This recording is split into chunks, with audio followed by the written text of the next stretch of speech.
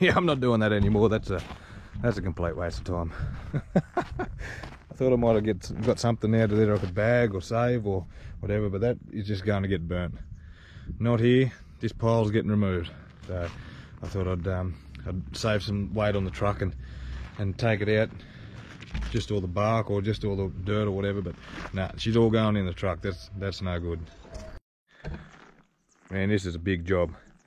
I've done 4 loads out of here in the bogey tipper and doesn't look like I've made a dent yet. Pile came out to about here somewhere. There's a lot more dirt in there than I realised. I must have dropped the level of this yard by about a foot. I'd never had the screening bucket for a long time when I was pushing this up, and it's about 3 years worth of bark and debris and whatever that I've pushed up. Some of the old slabs that I've got here. And I end up just chucking all rubbish and whatever I could find in there. I'm just out at the wood yard having a bit of a clean up. There's not much wood here, so it's about to just become a yard, I'd say. Have the loader pressure clean. Had to miss the window that's missing out of there. I didn't fill the cab up full of water, but getting some really good wood out of the process. So I'm going to include some footage of that running. The wood that I had on there when I was filming was all absolute crap. This pile here, I'd estimate being about 12 cube, maybe a little bit more. The first lot that I filmed, it took 4 hours to cut, and then the second load that I put through, it was all really good wood. That's already gone, but it took, I think it was 3 hours on the dot.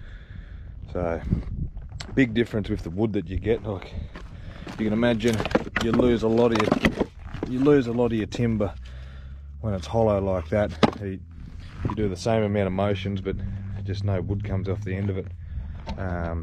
But some of the big logs, I'm getting these massive slabs out of it now because there's one knife missing out of the splitter.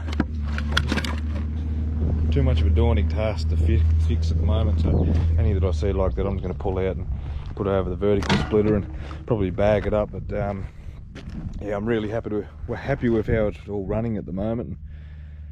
We're getting pretty good production. I see a lot of the processes online, on YouTube, and the smaller ones, they say they're getting X amount, like 10 cube an hour or whatever. And while I don't doubt that, we've got such a large range of just different size logs and quality logs and whatever, and we're just we're taking it as it comes, not getting all the nice pretty logs that you get onto a truck. And just had to restart the video. The phone started ringing, which is a bit of an uncommon thing during cold days for a woodcutter. But yeah, I can't boast the quantities that I see online. Some of these other processors are claiming, but the one thing about mine is consistency. I can cut this and I know it's going to take like 4 hours, and it's going to be 4 hours every time, unless I've got the good wood. I know it'll be a bit less, but I can quote 4 hours, and that's what it's going to take. And I know the input cost and whatever, but I sort of do wonder some of the machines that you see. They say 10 cube in an hour and a half. Like, everything must have to line up. All the stars must align perfectly to get that out of them.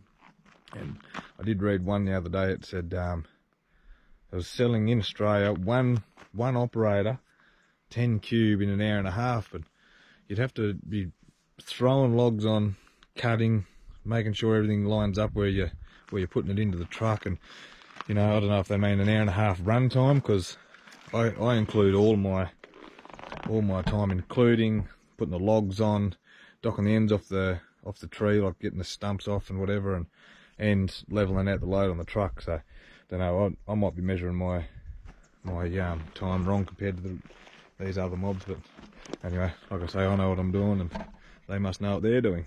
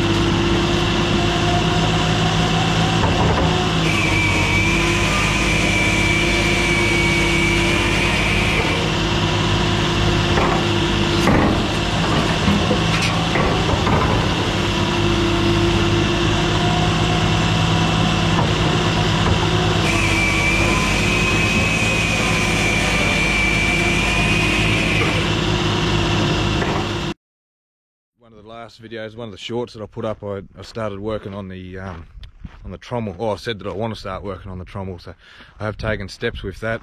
I've gone to see in the hydraulic shop, found out what I'm going to need to start running it, and I've moved it, so that was a big step. Moved it over here, dragged it over. Just sort of trying to work out how I'm going to make this work for me. I've got no idea what this would have been used for. Don't even know if it's going to work for the firewood. It's my idea is for the wood to come in, fall. I'm going to have the mesh here. Then I'm going to have graded bars, and then wider graded bars at the very back. So or your dirt falls out, or most of your dirt falls out, smaller chips, and then your main firewood will go out the end. Like I say, it's a bit of a dream at the moment. I don't really know what the direction is, but I'm just going to make a start. I'm going to get the power pack, get the hydraulic motor, get the pump, and just start doing something. If it's not suited to the wood, I'll make it work and sell it and get something else, I suppose. But this is what happens when you buy something on the auction that's cheap. You don't really have any foresight. So that was a bit of a learning experience.